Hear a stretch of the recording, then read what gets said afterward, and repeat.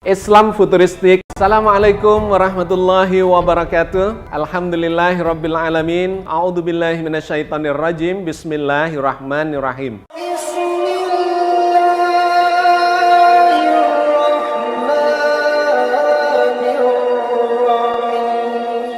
Ada pertemuan khusus dengan oligarki di IKN tanggal 11. Pertemuan di IKN itulah yang oligarki merumuskan bersama Jokowi bahwa ini yang harus dilaksanakan oleh Prabowo. Surat perintah Solo 13 Oktober yang lebih dahsyat dari Super Semar 66 dan lebih dahsyat dari Dekret Presiden 59. Bahwa perintah Solo 13 Oktober itu memang ditekan. Cita-cita Jokowi itu adalah menjadikan Prabowo boneka dan menjadikan Megawati sebagai pajangan. Gibran itu adalah boneka generasi yang akan dipertahankan oligarki. Jadi komandan Gibran dan Jokowi itu adalah oligarki Pantai Utara Jakarta. Saya tidak pernah satu tim, tapi saya berbagai peristiwa saya mengikuti beliau. Saya ini kan di dalam birokrasi sejak Pak Harto sampai Jokowi. Puncak peristiwa yang kita ini kan adalah 98. Supaya orang paham gimana Pak Prabowo sebenarnya. Kemudian dia ke Yordan kan. Kemudian dia balik. Nah, balik saat itu saya ada bersentuhan tuh 2 kali pada saat saya jadi sesmen BUMN. Pada saat itu, ini saya cerita supaya orang paham untuk menilai nasionalisme, integritas, patriotisme Pak Prabowo seperti apa.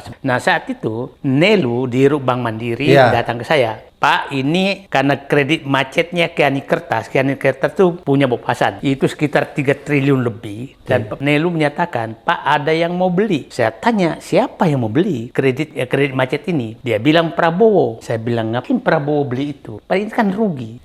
Setelah saya tanya, dia bilang, kalau dibeli asing, karena mau dilelang, kan BPPN mau lelang. Dibeli asing, maka bandaranya dan di perbatasan dan lain-lain dan saya mau beli. Punya uang nggak? Punya. Karena ini masalah kaitan dengan banyak variabel, maka saya bilang udahlah sebaiknya di-handle Pak Wapres, Pak JK.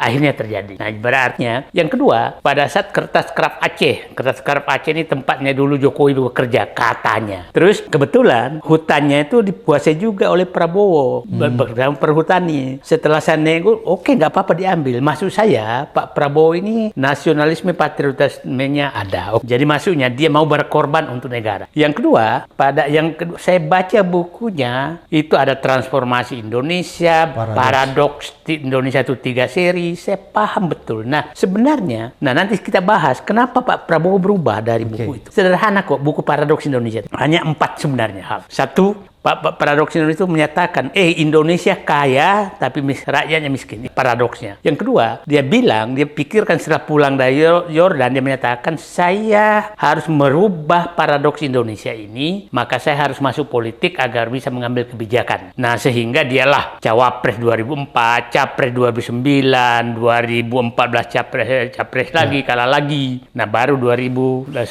Capres lagi, baru Capres 2024 baru. Kemudian yang kedua itu yang mau diselesaikan hanya 2 sebenarnya Pak Abraham. Satu, bahwa ekonomi yang dikuasai oligarki sekarang itu harus dikembalikan ke rakyat. Yang kedua, kedaulatan yang sudah dibeli oleh oligarki lewat pilkada, pilpres, pilgub dan lain-lain dibayar semua, itu harus dihilangkan dan dikembalikan ke rakyat. Pertanyaannya, malah kok terbalik dari buku itu? Ya kan, terbalik dari kita lihat sekarang itu. Jadi maksud saya, Pak Prabowo, kita harus mengkaji apa yang jadi sehingga jangan sampai paradoks yang dikaram itu merubah justru Pak Prabowo menjadi paradoks terhadap dirinya gitu. Kita harus telusuri apa yang terjadi, Pak, supaya publik paham. Kita lihat bagaimana dinamika seakan-akan PDIP mau bergabung. Ada nama menterinya 3, seakan-akan tinggal menunggu waktu.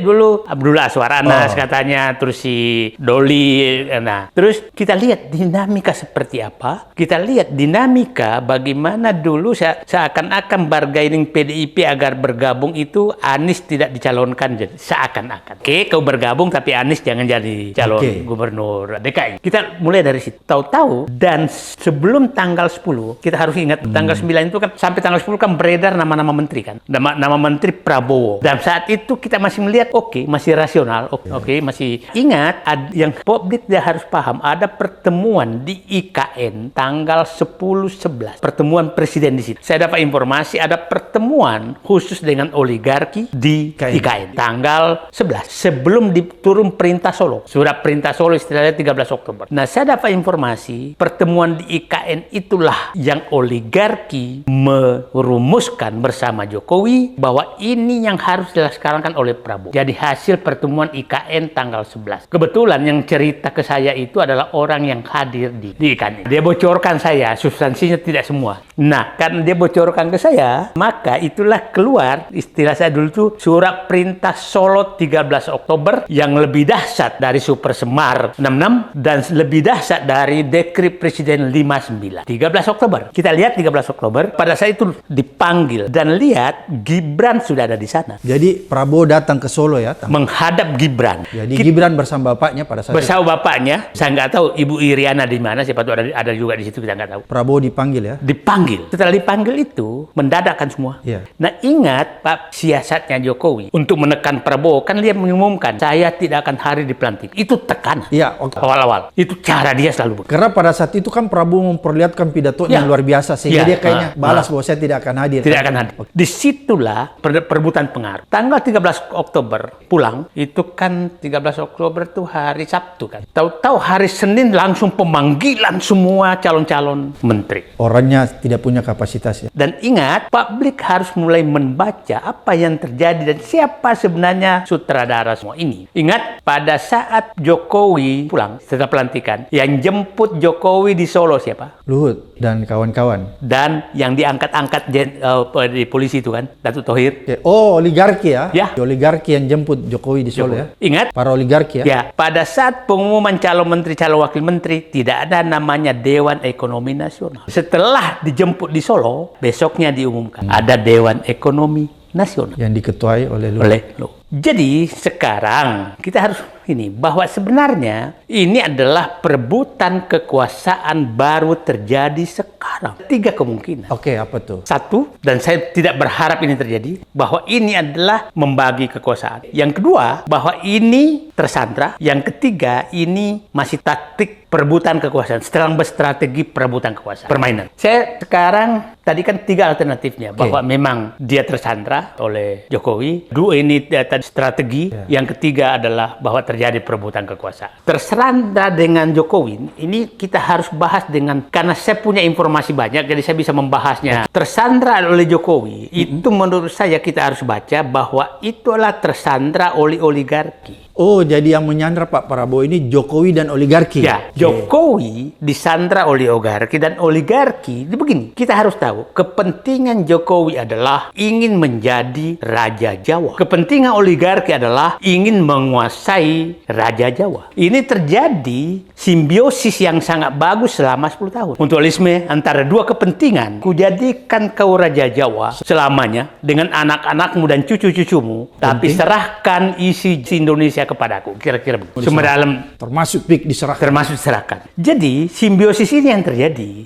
Nah, pertanyaannya, Prabowo akan menjadi pihak ketiga terhadap 2 kepentingan. Kita berharap itulah jangan sampai Prabowo jadi pihak ketiga. Jadi kita harus membaca sedemikian rupa sehingga apa yang terjadi sekarang ini itulah perebutan kekuasaan. Perebutan pengaruh juga mungkin ya.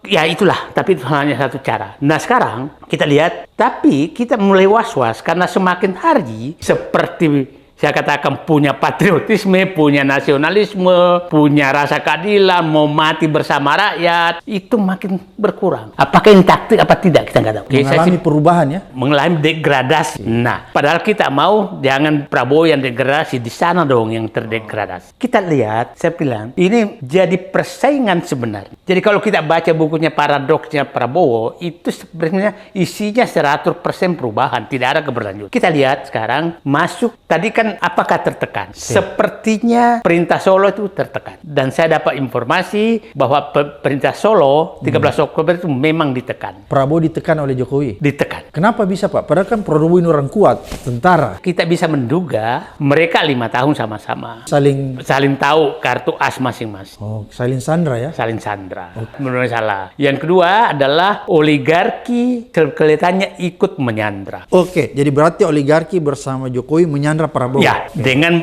caranya oligarki mengancam akan menggoncang ekonomi Indonesia.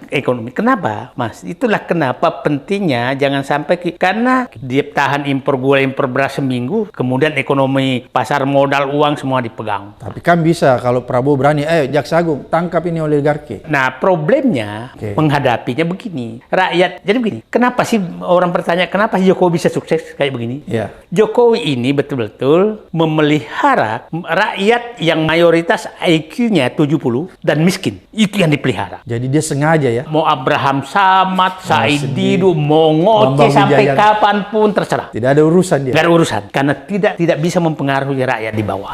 Kita nggak punya duit. Kita nggak punya duit dan dianggap aja hiburan. Kita dianggap hiburan aja. Mereka jadi nggak, bagi mereka adalah bansos apa gitu, itu aja yang dilakukan. Itu yang disebarkan kepada rakyat miskin dan Rakyat IQ miskin. rendah ya. IQ rendah. Nah, itulah kenapa. Nah, saya ayo sedikit, nggak apa-apa nih. Iya. Itulah kenapa kita susah sekali menyadarkan rakyat. Karena rakyat itu 70% ada di TikTok dan Instagram. Iya. TikTok, Instagram itu tempat orang-orang sambil nunggu Gojek nonton, tidak pakai otak sama sekali, dan mereka bermain di situ. Dan itulah tempatnya Gibran dan kawan-kawan main. Sementara saya belok sedikit. Pak Prabowo pernah menyatakan, saya heran katanya, elit-elit ini datang di ruang AC podcast. Termasuk Pak Said ini. Termasuk Pak Said, Pak Abraham Samad, apa lain. Bambang Wijayanto. Bambang Wijayanto. Pak Presiden Prabowo yang terhormat, lewat forum terhormat ini saya sampaikan bahwa orang-orang, bersyukurlah orang-orang yang punya integritas mau membuat podcast untuk menjalankan rakyat.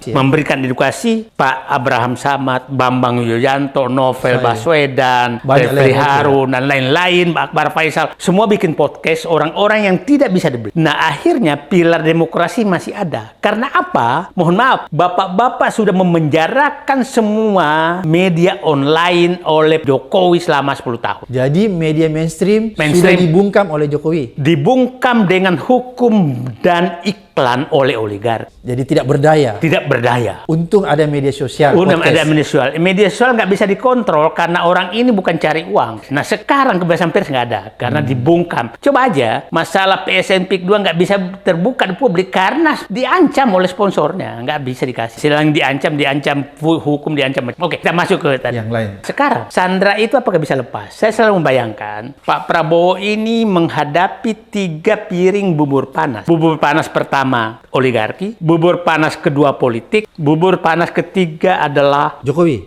Oligarki sama Jokowi. Oh, Jokowi bersatu sama oligarki. Nah, Jokowi mengendalikan nih. Bubur ketiga, bubur panas hukum. Apakah Prabowo berhasil memakan bubur panas ini tidak melepuh lidahnya? Maka kita harus membantu Prabowo menyiapkan sendok-sendok yang aman. Saya Prabowo. Ini oligarki ini ancamannya macam-macam. Nah, apakah Pak Prabowo mau tunduk ke oligarki? Kita lihat begini. Sekarang orang melihat yang dibawa ke Cina kemarin, oligarki. Saya melihat ada perimbangan berubah. Makanya saya diam dulu melihat. Bukan oligarki yang mengendalikan, yang saya anggap ada di bawah bubur panas. Orang-orang di bawah itu orang-orang yang berbisnis di sektor real. Bukan pengambil tanah rakyat. Bukan pengambil perkebunan. Dia orang-orang industrialis. Bagi saya, itu oleh pengusaha seperti itu yang dibutuhkan. Jadi orang kalau udah masuk industri, itu pasti pengusaha benar. Makanya kalau Bung Abraham lihat, saya dia melihat, karena saya lihat komposisi yang datang ini bukanlah perampok milik rakyat. Kalau orang pengusaha sudah masuk industri, saya hormat. Tapi kalau hanya ngambil tanah rakyat, nah itu. Siapa tahu bubur panas ini sedang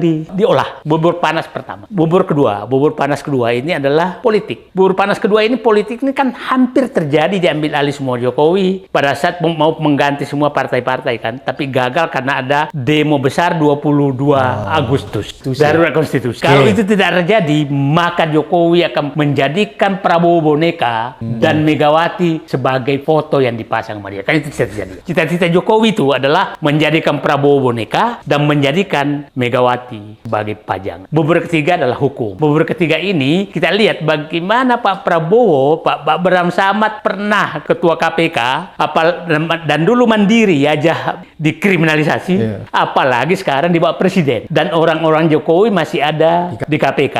Kita lihat Pak Abraham Samad waktu kita selesai membahas KPK, pada saat Pak Abraham Samad ngomong tentang Gibran, langsung go from besoknya konferensi pers bahwa tidak ada pelanggaran. Artinya Pak Prabowo belum menguasai betul-betul aparat hukum. Lihat kasus Tom Lembong, partainya Prabowo menyatakan hati-hati nih. Artinya di sana juga masih dipegang oleh piring ketiga ini. Kejaksaan. Masih dikendalikan Jokowi. Semoga Allah senantiasa menuntun kita di jalan yang diridhoinya. Amin amin ya rabbal alamin. Aku qouli hadza, astaghfirullah li wa lakum. Wassalamualaikum warahmatullahi wabarakatuh.